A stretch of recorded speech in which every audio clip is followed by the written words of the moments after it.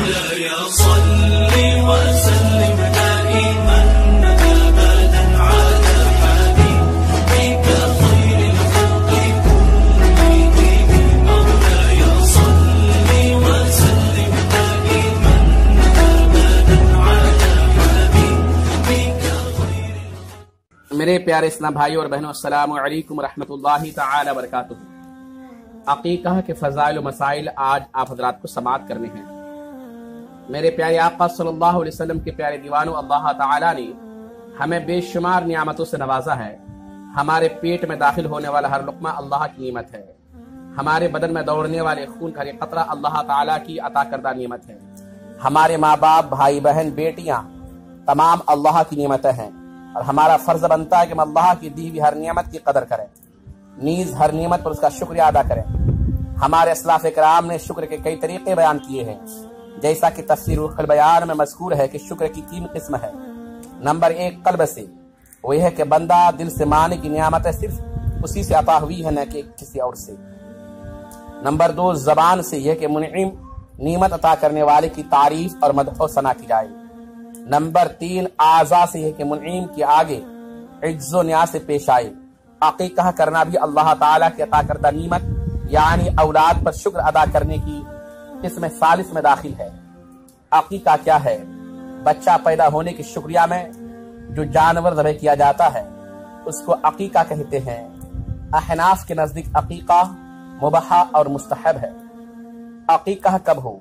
امام احمد، ابو داود، ترمذی اور نسائی رضی اللہ تعالی عنہم نے سمرہ رضی اللہ تعالی عنہ سے روایت کیا ہے کہ اللہ کے رسول صلی اللہ علیہ وسلم نے فرمایا، لڑکا اپنے عقیقہ میں گروی ہے، 7ویں دن اس کی طرف سے جو جانور ذبح کیا جائے اور اس کا نام رکھا جائے اور اس کا سر منڈوایا جائے۔ گروی ہونے کا مطلب یہ ہے کہ اس سے پورا نفع حاصل نہ ہوگا جب تک عقیقہ نہ کیا جائے۔ اور بعض نے کہا ہے کہ بچہ کی سلامتی اور اس کی نشوونما اور اس میں اچھے اوصاف ہونا عقیقہ کے ساتھ وابستہ ہے۔ میرے پیارے آقا صلی اللہ علیہ وسلم کے پیارے دیوانوں، اولاد ماں باپ کے لیے ایک عظیم نعمت ہوتی ہے۔ اولاد سے ماں باپ کی بے شمار امیدیں وابستہ ہوتی ہیں۔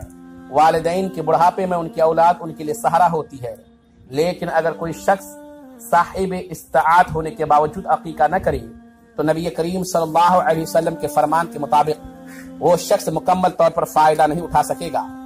اس حدیث پاک میں اس بات کی وضاحت کی گئی ہے کہ بچہ پیدا ہونے کے 7ویں دن عقیقہ کیا جائے۔ اگر 7ویں دن عقیقہ نہ کر سکے، جب بھی میسر ہو عقیقہ کرے، عقیقہ ہو جائے گا۔ عقیقہ کیسے کیا جائے؟ جب بچہ پیدا ہو تو مستحب یہ ہے کہ اس کے کان میں اذان اور اقامت کہی جائے۔ اذان کہنے سے انشاءاللہ تعالی بلائیں دور ہو جائیں گی۔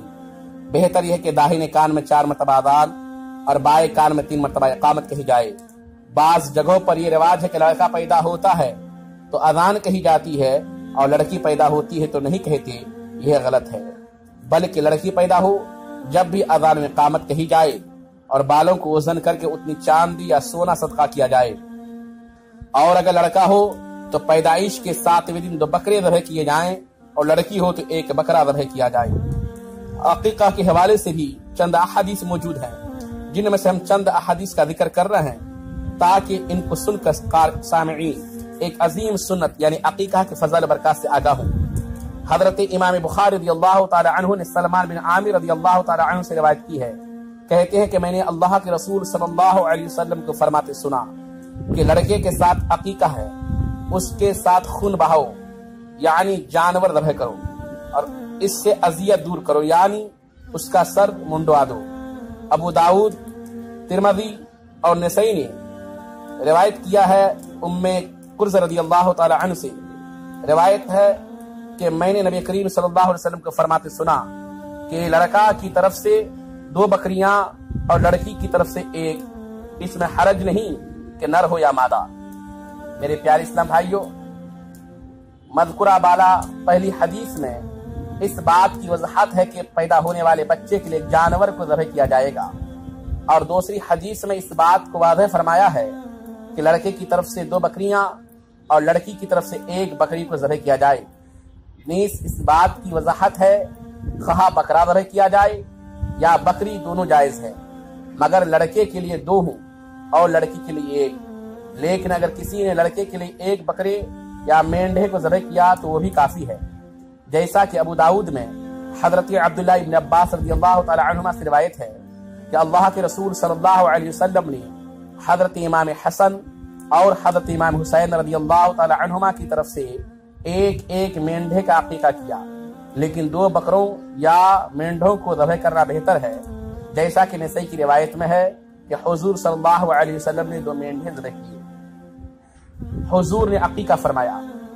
نبی اکرم صلی اللہ علیہ وسلم ساری کائنات کے لیے رہبر و رہنما بنا کر بھیجے گئے۔ آپ کے اسوہ حسنہ پر عمل دارین میں فلاح و نجاح کا سبب ہے۔ آپ نے خود عقیقہ فرما کر قیامت تک آنے والے مسلمانوں کو یہ درس دے دیا کہ وہ بھی عقیقہ کریں۔ چنانچہ ترمذی نے امیر المومنین حضرت مولا علی رضی اللہ تعالیٰ عنہ سے روایت کی ہے، کہتے ہیں کہ اللہ کے رسول صلی اللہ علیہ وسلم نے حضرت حسن رضی اللہ تعالیٰ عنہ کی طرف سے عقیقہ میں بکری ذبح کی اور یہ فرمایا کہ یہ اے فاطمہ، اس کا سر منڈا دو اور بال کے وزن کی چاندی صدقہ کرو۔ ہم نے بالوں کو وزن کیا، 1 درہم یا کچھ کم تھے۔ زمانے جاہلیت کا عقیقہ۔ ابو داؤد حضرت بریدہ رضی اللہ تعالی عنہ سے راوی ہے، کہتے کہ زمانے جاہلیت میں جب میں کسی کے بچہ پیدا ہوتا تو بکری ذبح کرتا اور اس کا خون بچہ کے سر پر پوت دیتا۔ اب جب اسلام آیا تو 7ویں دن ہم بکری ذبح کرتے ہیں اور بچہ کا سر منڈواتے ہیں اور سر پر زعفران لگا دیتے ہیں۔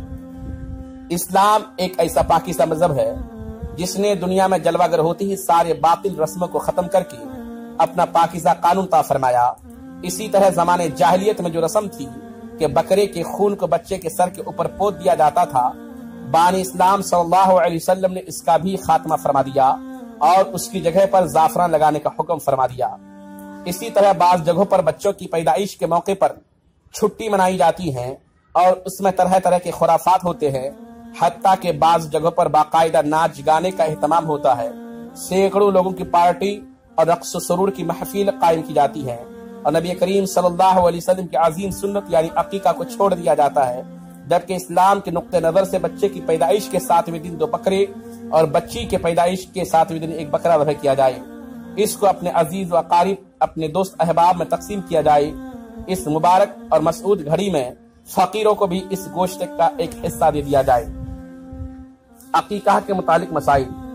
گائے کی قربانی ہوئی، اس میں عقیقہ کی شرکت ہو سکتی ہے۔ عقیقہ کا جانور انہی شرائط کے ساتھ ہونا چاہیے جیسا کہ قربانی کے لیے ہوتا ہے۔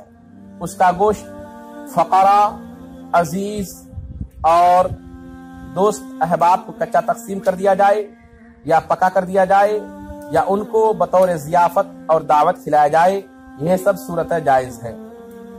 مسئلہ عوام میں یہ بات بہت مشہور ہے کہ عقیقہ کا گوشت بچے کے ماں باپ، دادا دادی، نانا نانی نہ کھائے، محض یہ غلط ہے، اس کا کوئی ثبوت نہیں۔ ماں باپ، دادا دادی، نانا نانی سب کھا سکتے ہیں۔ مسئلہ اس کی کھال کا وہی حکم ہے جو قربانی کی کھال کا ہے کہ اپنے صرف استعمال میں لائے یا مساکین کو دے یا کسی اور نیک کام، مسجد یا مدرسہ میں صرف کرے۔ اے اللہ ہم سب کو اسلام کے بتائے ہوئے پاکیزہ اصول اور احکام پر عمل کرنے کی توفیق عطا فرما اور اپنے پیارے حبیب صلی اللہ علیہ وسلم کی پیاری پیاری سنتوں پر عمل کرنے اور انہیں عام کرنے کی توفیق رفیق عطا فرما۔ آمین۔ السلام علیکم ورحمۃ اللہ تعالی وبرکاتہ۔